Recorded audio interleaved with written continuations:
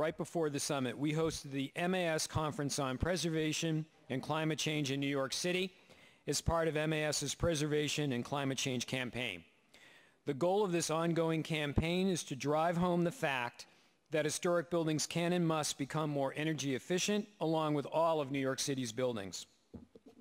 This is a concept American Express really understands and generously supports. We were fortunate to have American Express as the sponsor of last year's Preservation and Climate Change Conference, and they've been generous supporters of the summit right from the beginning. Historic preservation has long been the hallmark of American Express's involvement in the community, reflecting the corporation's recognition of the contribution of historic sites and monuments to national and local placemaking. In June 2006, the company launched the American Express Partners in Preservation Initiative with our friends at the World Monuments Fund and my alma mater, the National Trust for Historic Preservation, which works to preserve global historic and cultural landmarks, educate visitors on sustainable tourism, strengthen local communities through preservation efforts, and increase public awareness of the importance of historic and environmental conservation. Please join me in welcoming Vice President of Philanthropy at American Express, Richard Brown. Good afternoon. It's great to be participating at this year's summit and representing American Express. We are delighted to be one of the sponsors and proud of our own history in the preservation arena. Many of you are probably familiar with our company's groundbreaking cause-related marketing campaign back in 1983 to support the restoration of the Statue of Liberty. That campaign ushered in an era of marketing for good, and we've repurposed our CRM approach for both the Charge Against Hunger campaign that you may recall, as well as our more recent Members Project. The Statue of Liberty restoration brought American Express increased visibility and prestige and helped differentiate us from our bank card competition while bringing Lady Liberty the funds and attention she urgently needed. Over the 4-month period that the campaign ran, we actually raised $1.75 million for that restoration. We also, incidentally, added 17% more cardholders, and transaction activity went up 28%. So it was really was a cause-related marketing opportunity for us. What you may not know is that American Express and its employees have a longer history with the Statue of Liberty that dates back over 125 years to when the statue site was being constructed and funds were desperately needed to build the base of the statue. At that time, Joseph Pulitzer opened up the editorial pages of his paper, The World, to support the fundraising effort and promised to print in his paper the name of any person who donated even a penny to the construction of the statue's massive 151 feet tall pedestal. As a dedicated New York-based company, American Express employees stepped up and donated money to support the construction project. Today, under the banner of our historic preservation giving theme, we are involved with 2 significant signature programs that I hope you're familiar with, which Vinj actually just referenced.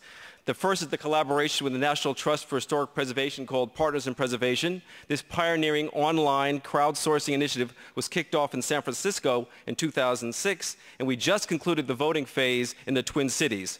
For those of you from St. Paul, the massive Basilica of St. Mary won the popular vote. Our second program is the World Monuments Fund's Watch List, which was released just this last Wednesday and includes several historic sites. So we're quite at home at the MAS Summit and particularly pleased to be associated with the next panel. Thank you very much for joining us.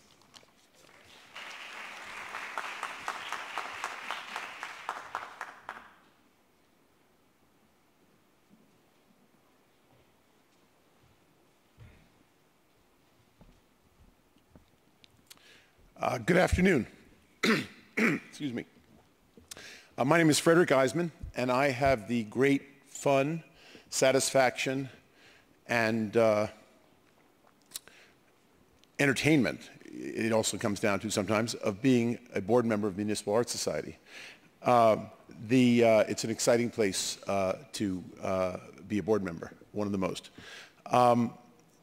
Next, we're going to look at preservation and sustainability in the global city. And I have a personal interest in this because, and this is not a plug because it doesn't do business in New York City, but I'm chairman of a company in my business activity that does the greening of residential houses all over the United States, where we create what's called a radiant barrier in old homes to keep hot houses hot and cold houses cold so that they're much more energy efficient. And utilities and the U.S. government give subsidies to homeowners for this, so this is of keen interest to me. The act of preservation, of retaining, repairing, and finding new life for old buildings is in of itself green. When we preserve a building, we avoid the environmental impact of sending a building to a landfill in a distant state. Earlier in the summit, we heard from Tony Malkin about the greening of the Empire State Building, but this effort is not just about the big landmarks. Historic buildings of all sizes can and must become energy efficient.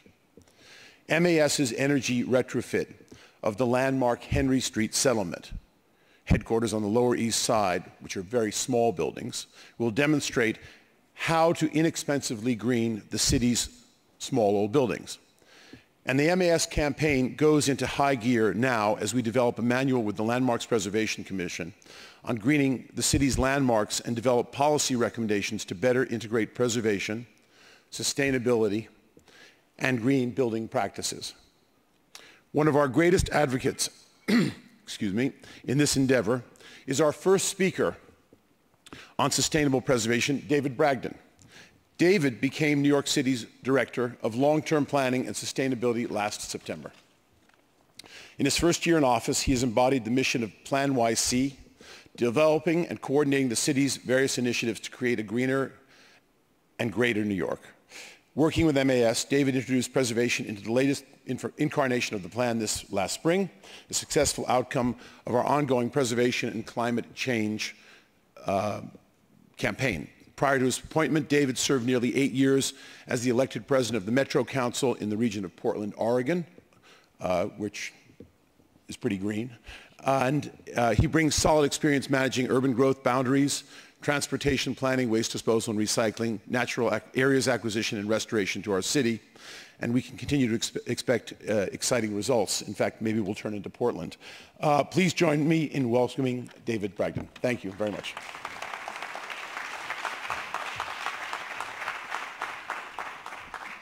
Well, thank you, Fred, and also thank you to American Express for bringing this together. And it's probably a measure of American Express's longstanding commitment, as well as the reality that we need to always be continually refreshing this work, that this October the Secretary of the Interior will return to New York to close the Statue of Liberty yet again for more renovation. So it really never ends, but you did get it started. And thanks very much to MAS for continuing to push forward on this important topic of how we reconcile two very important concepts and values to our society in terms of preservation and sustainability, and reconcile them in ways that need to be reconciled in the nitty-gritty of some of our codes and practices and professional disciplines. That's where this work has been. Let me start, though, by describing the overall context in which the city addresses this work and the route that we took to recognize this connection between preservation and sustainability really began in 2007 when Mayor Bloomberg released the first iteration of PlaNYC, which was his interdisciplinary dedication to making New York a greener and greater place. And he was motivated to do that for a number of reasons. One being that the population of the city was growing, something that was not part of the expectations in earlier either city plans or master plans that had been accomplished or produced in prior administrations, many of the assumptions of the second half of the 20th century being based on the expectation of population decline. He was also, of course, dedicated to another of your major topics today, which is the renewal and replacement of our infrastructure and continuing to take care of the public assets that really make the city go. Our pipes, our sewer and water pipes, our subways and bus lines, the bridges and roads that we all depend on. And again, those had been underinvested in during the second half of the 20th century. Mayor Bloomberg's motivation, in part with PlaNYC, was to provide a rallying cry for renewing that investment. And of course, he also recognized, as people increasingly do, that our environmental sustainability is part of our economic competitiveness. And that quality of life, when people are deciding where they want to work or where they want to place a business, that access to the outdoors, that the ability to breathe clean air, that to be surrounded by clean water, that those are not just amenities, those are factors of competitiveness that help people to decide where they want to be. And then finally, of course, the realities of climate change, both in terms of our contributions to it, as well as the things that we need to do to be ready for it. So out of that, release of PlaNYC back in 2007, which divided up into over 130 different initiatives, which we have now renewed in April of this year, in 2011. Many high-profile signature initiatives that people would be aware of, each of them with very tangible measures. The 1 Million Trees campaign, we're nearly halfway there. Nearly 200 schoolyards having been converted, disused schoolyards being converted into active playgrounds, diversifying and improving the choices that we have in our transportation network, and in fact really redefining what a street can be and should do, and the different roles that street can play in addition to transportation, banning the dirtiest heating oils that are still burned in the city, number 6, number 4 heating oil, which under PlaNYC in April of this year, the phase out of that begins. Cleaning up brownfields all over the city, and the first municipal actions to do that. Shifting our infrastructure to handle rainwater to include green approaches in terms of determining how much of the rainfall that lands on the city we can actually handle through evaporation and permeation into the ground rather than continuing to handle it all through sewers. And then perhaps most significantly, how do we look at our building codes? And that's really our emphasis here today, and how it relates specifically to the issue of preservation is the emphasis in PlaNYC specifically on the building codes. And we emphasize that area specifically because that's where the emissions are. That's where the action really is in terms of carbon reduction and in terms of making New York City a more energy efficient place. 75% of the carbon emissions, roughly 75% of the carbon emissions attributable to New York are attributable to the energy used to heat, cool, operate buildings, run the lights and elevators. And so to really address our energy reduction imperatives, we have to start with buildings. And specifically, and this is very important as a relationship to preservation, we have to emphasize existing buildings. 85% of the buildings that are going to exist in this city in the year 2030 are buildings that exist here today in 2011. So even if we did the best job we could with every new building, we would arrive in the year 2030 and find we had only dealt with about 15% of the building stock. So the city has approached this in several different ways. One, using our regulatory authority through the building code, promulgating the Greater and Greener Buildings Plan, which was passed by the City Council and signed by the Mayor in December of 2009. That applies to buildings of over 50,000 square feet and requires a series of things starting this year with benchmarking of those buildings so that all buildings know and their tenants know where they stand relative to performance. And it's not unlike other initiatives characteristic of the Bloomberg administration. Using metrics, using transparency, using goal setting, sharing information with people so that they can make the right choices in their own self-interest. And whether it's the evaluation of the effectiveness of our schools or disclosing calorie counts, it's in restaurants, it's a matter of giving people the information that they need to make the right choices.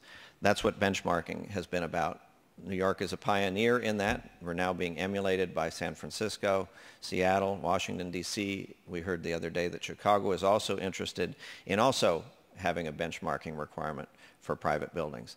We're also, as a city government, modeling the best behavior by benchmarking and undertaking retrofits on municipally owned properties. So the role of city, not only as regulator of private property, but as the steward of its own publicly owned property.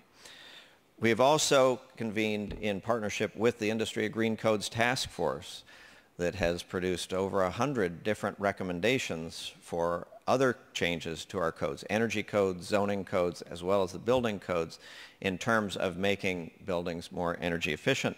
Not simply more energy efficient, but more wise in terms of the conservation of water, the conservation of other resources, more ability to do recycling, better indoor air quality and materials, and so on.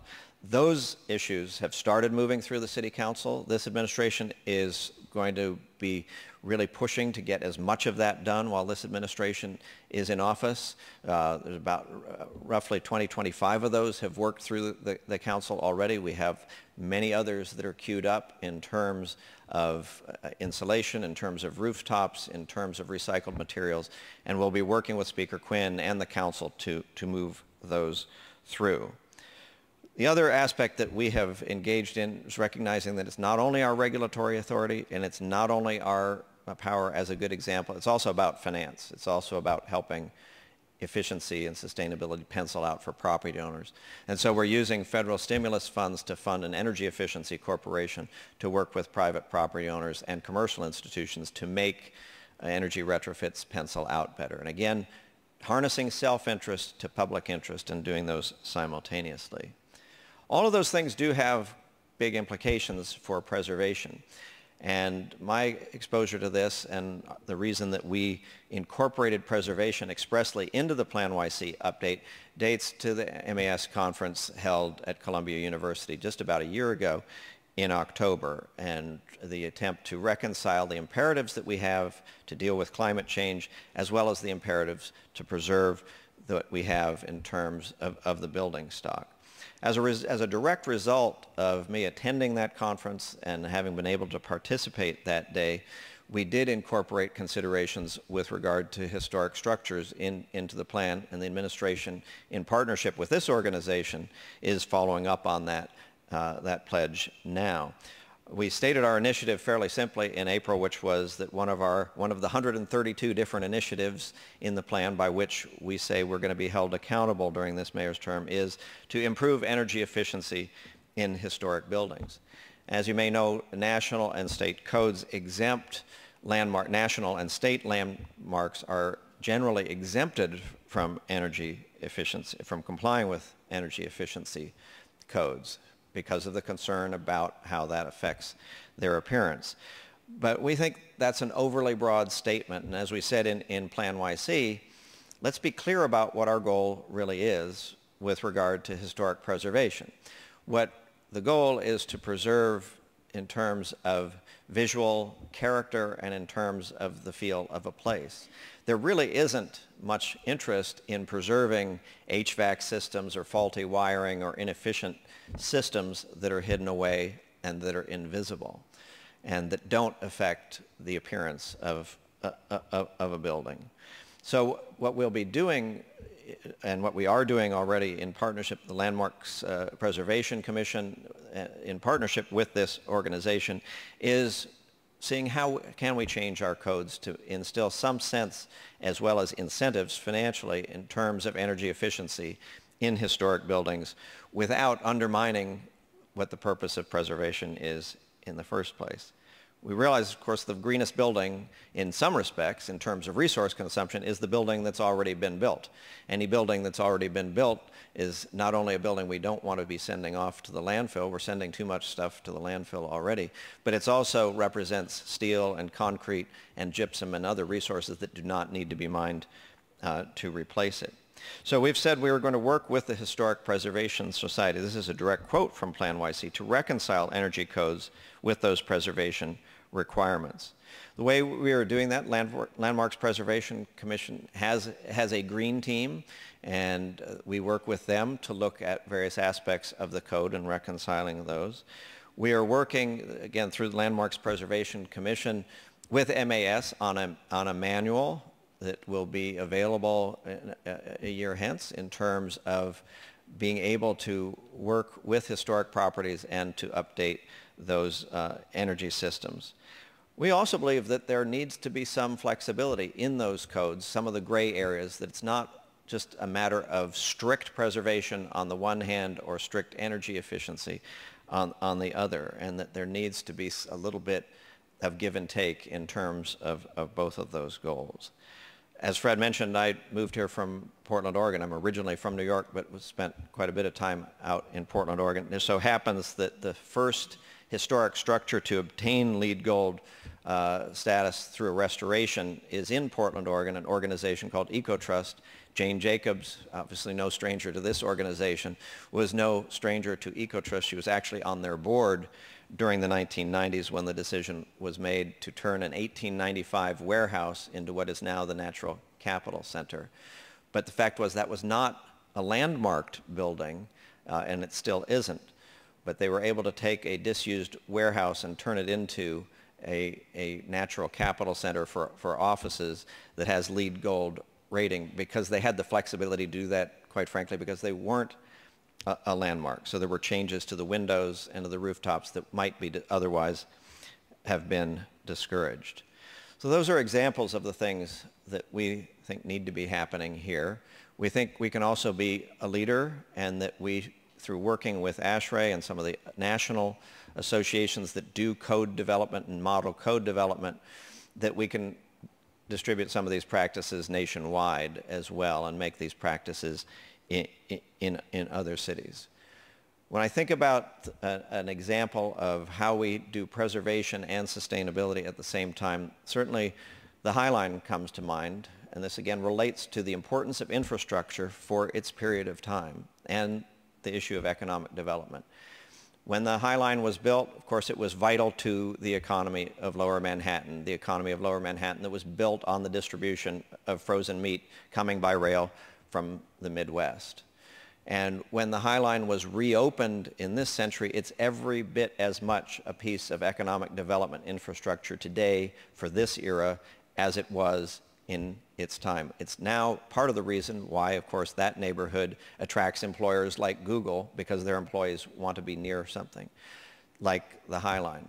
And it was preserved with maybe a lowercase p. It wasn't preserved frozen in exactly the form and function that it had performed in the early era. It was adaptively preserved and serves us even better.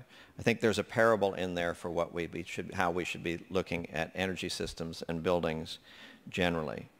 If we're able to do all of those things, we will not only be able to make New York a greener and greater place, but we will continue to lead the nation in terms of being a great example. And just as New York has always been well known as the heart of museums and culture, or the site where more, not this year, but regularly the home of more baseball world championships than other places, and the home of skyscrapers and finance, but that we will also be the world leader in terms of both preservation and sustainability, as well as ample lessons of how those things really do go together.